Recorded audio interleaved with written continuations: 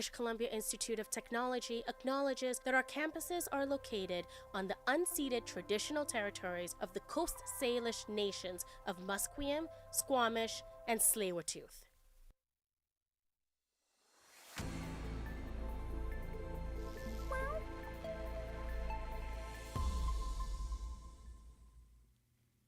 Good morning, I'm Aiden Singh, and these are your early headlines from the BCIT newsroom. Prime Minister Mark Carney looks northwest today as he wraps up his Vancouver visit for a field trip to Terrace. The major project office tour in British Columbia looks to sell out in the small town as Carney is expected to unveil the office's next tranche of investments. Political analysts say that an LNG project nearby might be on the list. Now, take a look inside our producer's office for Hayden Big Red Stewart. Stewart, tell us, what's happening in the newsroom today? So today in the newsroom, we will be having a story on the 10th anniversary of the Paris attacks and how that affected Canada, kind of explore if any rules were changed or if any rules were put in place. Oh, what a tragedy that was. But tell us more about the long-form interviews we're doing. One of them today is about the 3-eye atlas that was found in July, and we're going to be talking more about it and some of the misinformation that has been happening. And then our last one for today is the new and only photo gallery in the city of Vancouver. We will be exploring the inspiration behind the opening and why this is the only one in the city. Only one? Wow. Okay. Well, thank you, Hayden. With Christmas approaching, the most devoted gift givers are already planning presents for their loved ones. Jenny Sung is live in studio with us, and as she explains, a Vancouver charity is already cutting wrapping paper. Now, Jenny, what exactly is the Lower Mainland Christmas Bureau, and how long have they been around?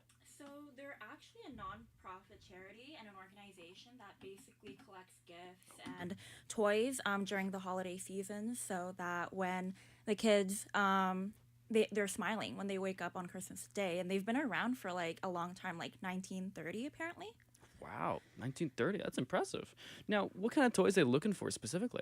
So specifically, they kind of want more stuff for like tweens and teens, I guess.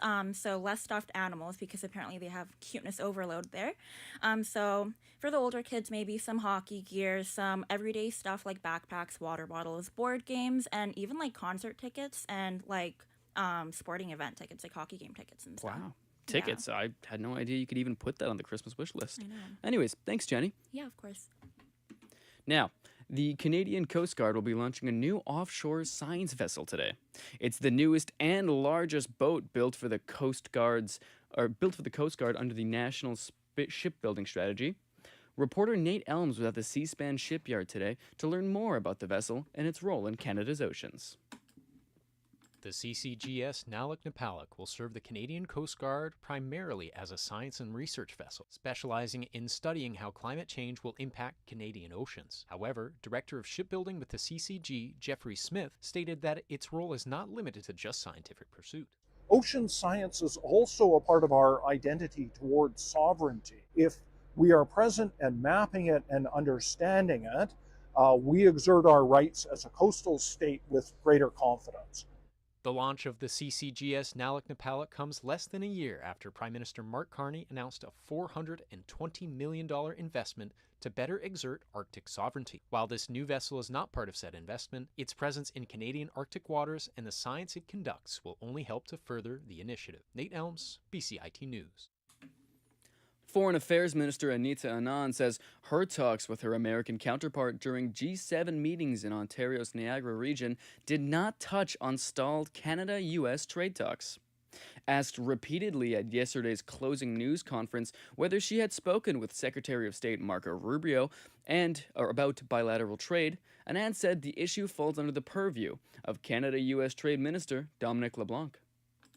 So as Foreign Minister, my responsibility is to represent Canada on the world stage on these and other issues. That's exactly what I did, and I'm respectful of my colleagues' portfolios, one of whom is Dominic LeBlanc, whose role it is to cover Canada-U.S. trade. Looking at the weather today, rain continues until the afternoon. Highs of 10, lows of 6. The rainfall warning has shifted north slightly. Environment Canada now asking drivers on the Sea to Sky Highway to be aware of the heavy rain. Thanks for listening. I'm Aiden Singh from the BCIT Newsroom.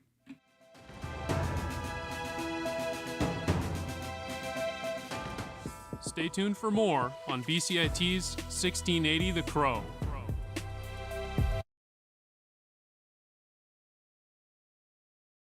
It's your career, your vision, your goal. Navigate it your way. Flexible learning is designed for you. Learn a new skill or earn a degree at your own pace.